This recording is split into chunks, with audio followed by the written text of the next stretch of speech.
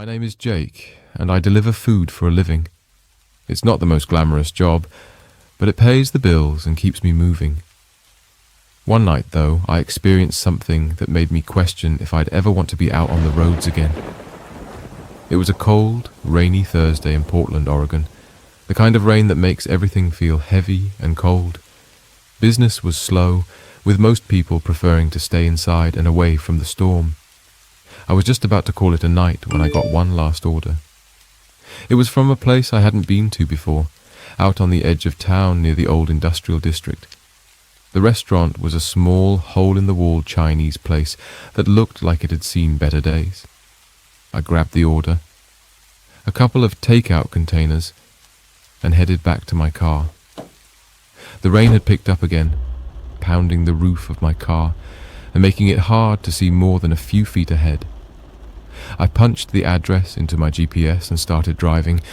The route took me through winding, unfamiliar streets, and as I got closer to the address, the houses became fewer and farther apart.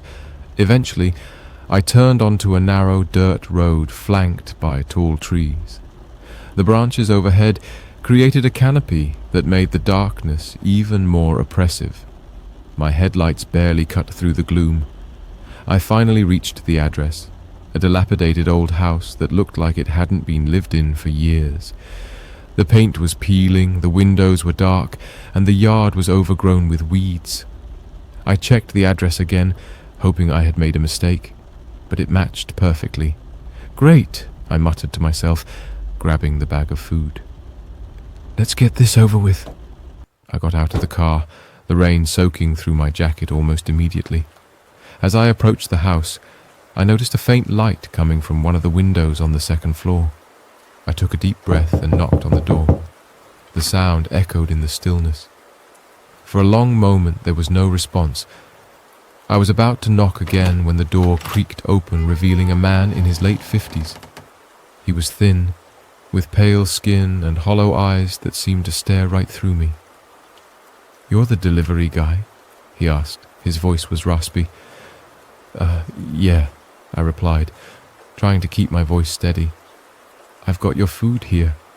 He nodded and stepped back, motioning for me to come inside. Every instinct in me screamed to stay outside, but the rain was relentless, and I didn't want to seem rude. I stepped into the house, but then the door creaking shut behind me. The inside was just as run down as the outside. The wallpaper was peeling, the furniture was covered in dust, and the air smelled musty. I handed the man the bag of food, and he took it with a trembling hand. "Thank you," he said. His eyes were never leaving mine. "It's been so long since we've had visitors."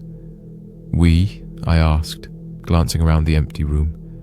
"My wife," he replied, gesturing towards the stairs. "She's been unwell. Would you like to meet her?" I hesitated, every nerve in my body screaming for me to leave, but something in his eyes made me feel like I had no choice. "Sure," I said. My voice sounded barely above a whisper. He led me up the creaky stairs, the steps groaning under our weight. At the top, he paused outside a closed door. "She's very sick," he warned me before going in, "but she'll be happy to see a new face." He opened the door and I stepped inside. The room was dimly lit by a single lamp, casting long shadows on the walls. In the bed lay a woman, her face gaunt and her eyes sunken. She looked at me with a mix of curiosity and something else I couldn't quite place. "Hello," she said, her voice barely a whisper. "It's nice to have a visitor." I nodded, unsure of what to say. The man stood behind me, watching silently. After a moment, I cleared my throat. "I hope you get better soon," I said awkwardly. The woman smiled faintly. "Thank you," she said. "You're very kind." I glanced back at the man, who gave me a nod. Taking that as my cue to leave, I hurried out of the room and back down the stairs. The man followed me, and as we reached the front door, he placed a hand on my shoulder. "Thank you for coming," he said. His grip was tightening. "Not many people do." I nodded, unable to speak a single word. As soon as he let go, I bolted out the door and ran back to my car. The rain was still pouring, but I didn't care. I jumped in, started the engine, and sped down the dirt road as fast as I could. It wasn't until I was back on the main road that I started to calm down. My heart was still racing and my hands were shaking. I glanced in the rear-view mirror, half expecting to see the man standing there, watching me, but there was nothing but darkness. When I finally got home, I couldn't shake the feeling of unease. I tried to rationalize what had happened. Maybe they were just a lonely old couple, but something about the whole experience felt off. I decided to look up the address online just to see if I could find out more about them. What I found sent a chill down my spine. According to the records, the house had been abandoned for years, ever since the couple who lived there had died in a car accident. No one had lived there since. I stared at the screen, my mind racing. Had I really just met the ghosts of the former residents? Or was there some other explanation? I didn't know, and I wasn't sure I wanted to find out. All I knew was that from that night on, I would never take another delivery out to that part of town. The rain could come and go, but the memory of that eerie night would stay with me forever.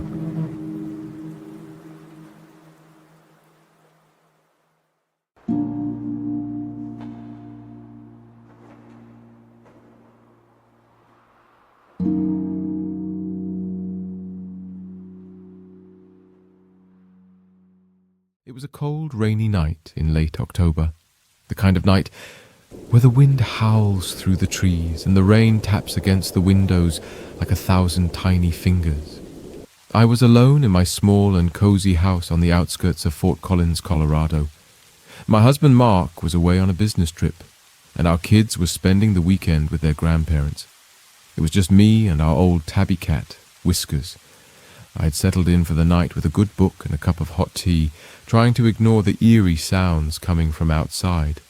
The clock on the mantel chimed 10 times, and I decided it was time to head to bed. I turned off the lights in the living room and made my way up the creaky wooden stairs.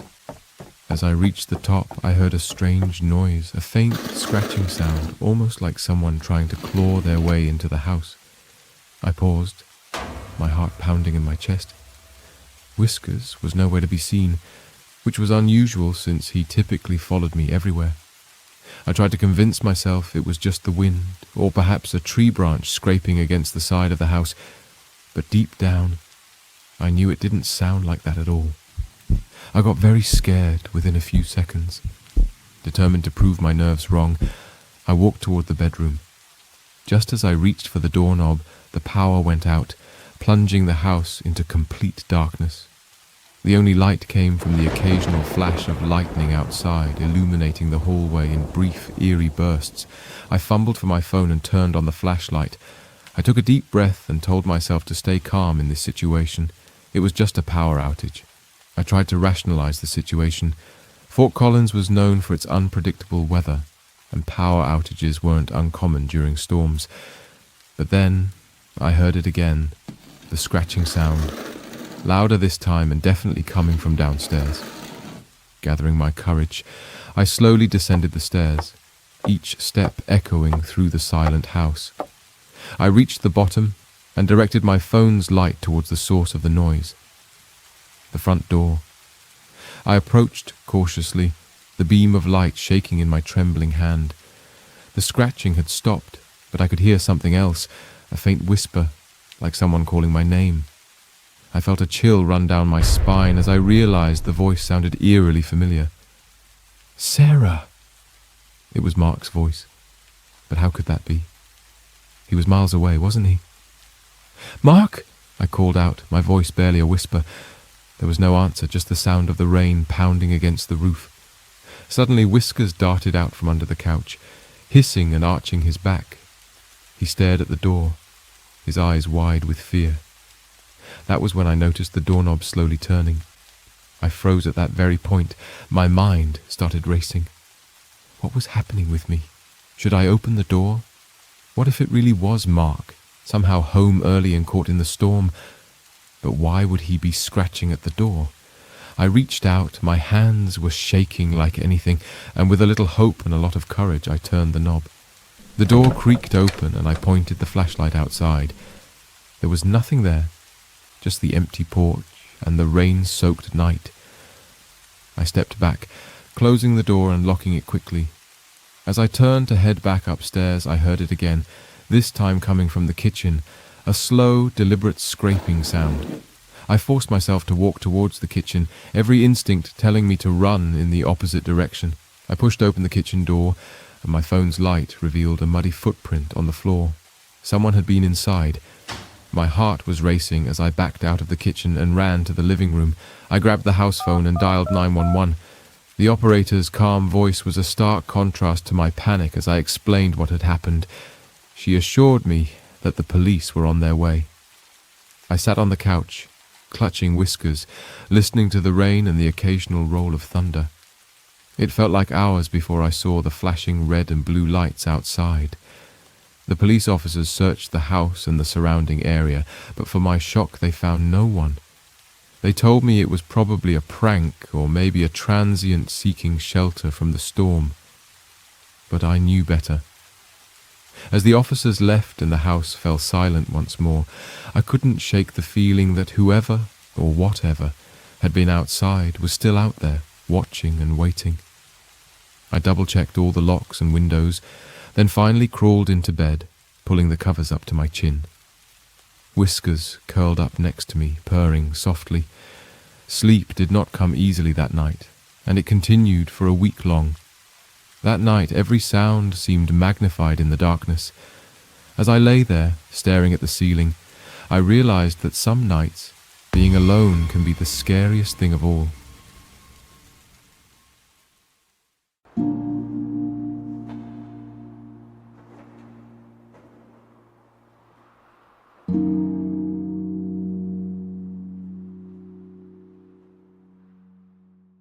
It was a dark, rainy night in Seattle, and I was finally heading home from the office.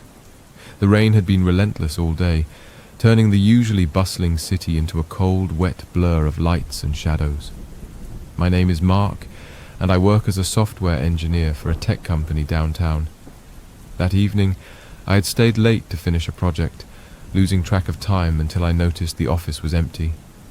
As I stepped out of the building, the rain hit me like icy needles. I pulled my coat tighter around myself and hurried across the street to the parking garage. The usually busy streets were almost deserted, save for a few cars that splashed through the puddles, their headlights cutting through the darkness. I found my car, an old but reliable Honda, and climbed inside. The rain pounded on the roof, creating a rhythmic, almost hypnotic sound. I started the engine, turned on the headlights, and set the windshield wipers to their highest speed. They struggled to keep up with the downpour. I pulled out of the parking garage and began my journey home. The streets were slick and visibility was poor. The rain turned the city into a blur of lights and shadows. The traffic was lighter than usual, which was a small blessing. I hoped to get home quickly and escape the storm's wrath. As I drove, I listened to the radio, trying to distract myself from the gloom outside. The familiar voice of the evening DJ provided some comfort, but the music was interrupted by frequent weather updates, each more ominous than the last. A severe weather warning had been issued, with the storm expected to worsen throughout the night. The route home took me through several neighborhoods and onto a winding, tree-lined road that cut through a densely wooded area. This road was always a bit unsettling at night, with its narrow lanes and thick canopy of trees, but tonight it felt especially eerie. The rain seemed to muffle all other sounds, creating an almost claustrophobic silence. About halfway through the drive, I noticed a car pulled over on the side of the road, its hazard lights flashing. As I approached, I could see a figure standing next to the car, waving frantically. Despite my unease, I knew I couldn't just leave someone stranded in such terrible weather. I slowed down and pulled over a few yards ahead of the car. I grabbed my flashlight from the glove compartment and stepped out into the rain. The figure, a woman, ran toward me. She was drenched, her clothes clinging to her, and she looked visibly shaken. "Are you okay?" I called out, my voice barely audible over the sound of the rain. "My car broke down," she replied, her voice trembling. "Can you help me, please?"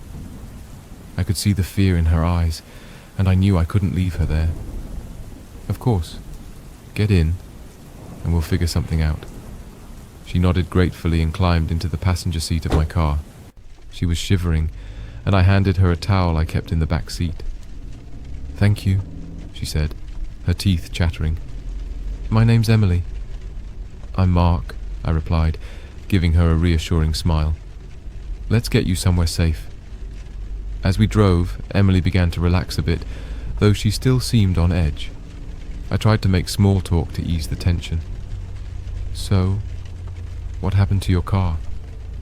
"I'm not sure," she replied, her voice still shaky.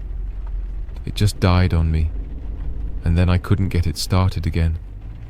I was hoping someone would come by and help, but I didn't expect this storm to get so bad."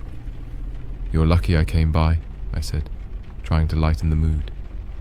"This road doesn't get much traffic, especially on a night like this." Emily nodded, her eyes darting nervously to the rearview mirror. "I know. I was starting to get really scared."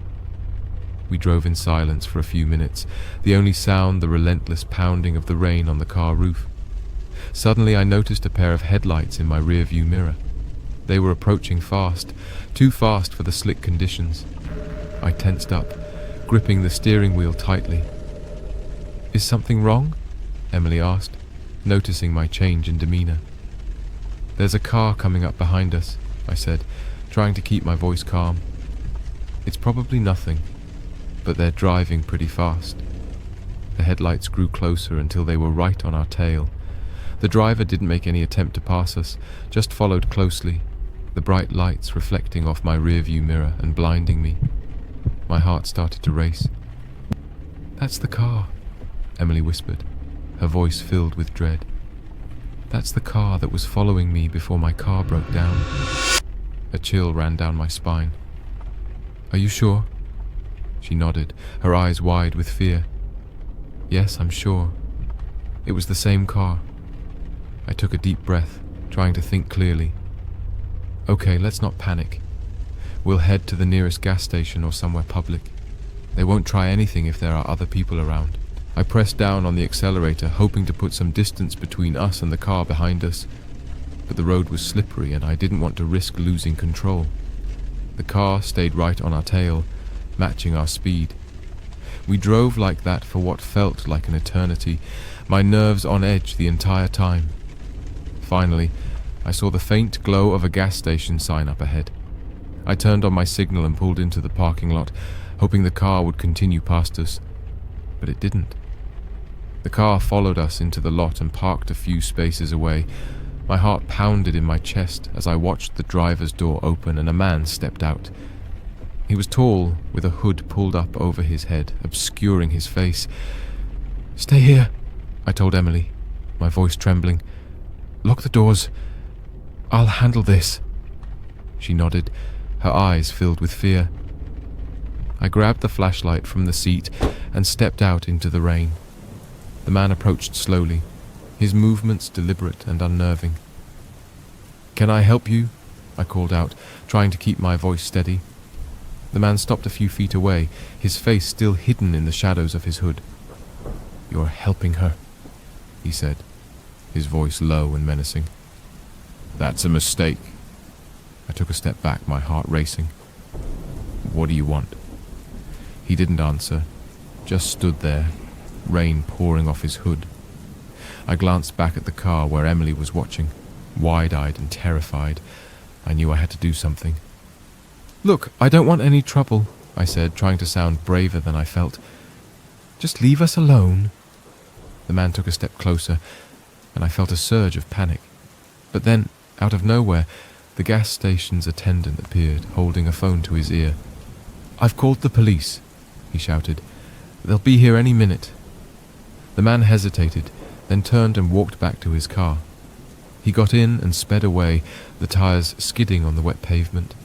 I watched until his taillights disappeared into the darkness, my heart pounding in my chest. I rushed back to my car and got in, locking the doors behind me. Emily was shaking, tears streaming down her face. "Thank you," she whispered. "I don't know what I would have done if you hadn't stopped." "It's okay," I said, trying to reassure her. "We're safe now." We sat there for a few minutes trying to calm down before I finally started the car again. We drove to the nearest police station, where Emily gave her statement and I explained what had happened. The police assured us they would investigate and keep an eye out for the man and his car. Eventually, I drove Emily home, making sure she got inside safely. By the time I finally made it back to my own apartment, it was well past midnight. I was exhausted, both physically and emotionally, but grateful that we were both safe. As I lay in bed that night, listening to the rain still pouring outside, I couldn't shake the feeling of unease. The man's words echoed in my mind. "You're helping her. That's a mistake." I never saw Emily again after that night, and I never found out who the man was or why he was following her. But the memory of that rainy night and the terror we both felt stayed with me. It was a reminder that even in a city as familiar as Seattle, danger could be lurking around any corner.